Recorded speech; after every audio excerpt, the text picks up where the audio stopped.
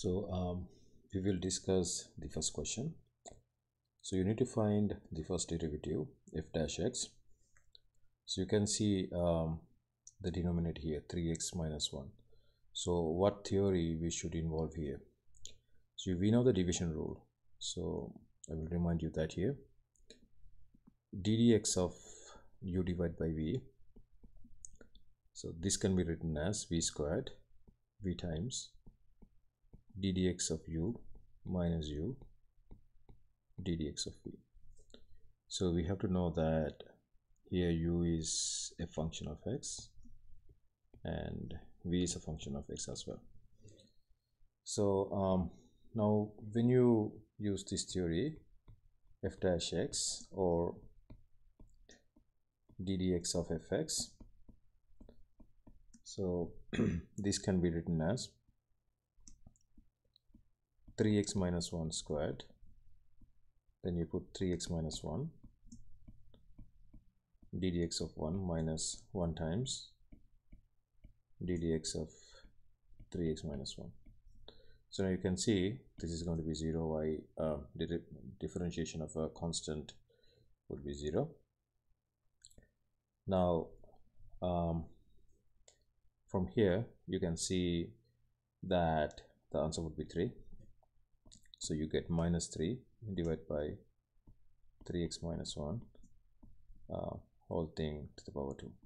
So that's the answer to that question.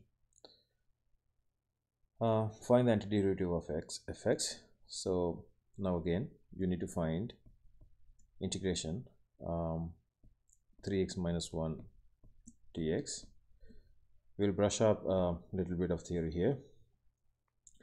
So we all know that integration 1 divided by ax plus b dx, where a and b are constants.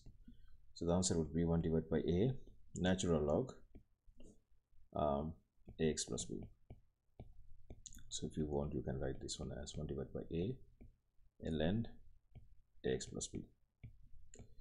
Now if you apply the same thing here, you can write this one 1 divided by 3 log e base 3x minus 1, and you have to introduce this integration constant k. Now here, before you evaluate g dash 1, so you need to find g dash x. So again we will use the theory what we have talked about. So it's u divided by v, so that's going to be v squared v ddx of u minus u times ddx of v, where u is a function of x, otherwise you can't differentiate. V is a function of x. Okay, so now we'll use this theory here. So denominator, you have x plus 1 squared, you get x plus 1 in the numerator, and you differentiate sine pi x and minus, here you get sine pi x times ddx of x plus 1. Now we will see what this derivative gives you. This derivative gives you 1, and this derivative, this will give you pi times cos pi x. You can use a chain rule to find it, but I hope everyone is familiar with the chain rule. Now here we get pi cos pi x times x plus 1 and minus sine pi x,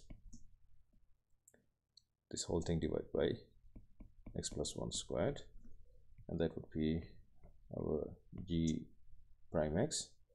So now we need to find g prime 1.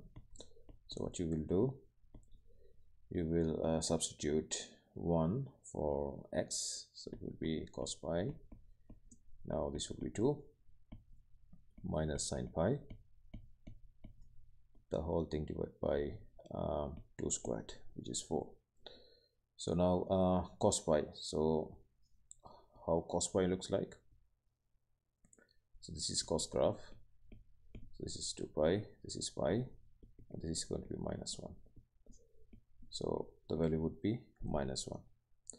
So sin pi, so sine graph looks like this. So sin pi, it's here, it's 0. So what you can do is cos pi is -1, so it's going to be -2 pi. Sin pi is 0, divide by 4. So the answer would be -pi divided by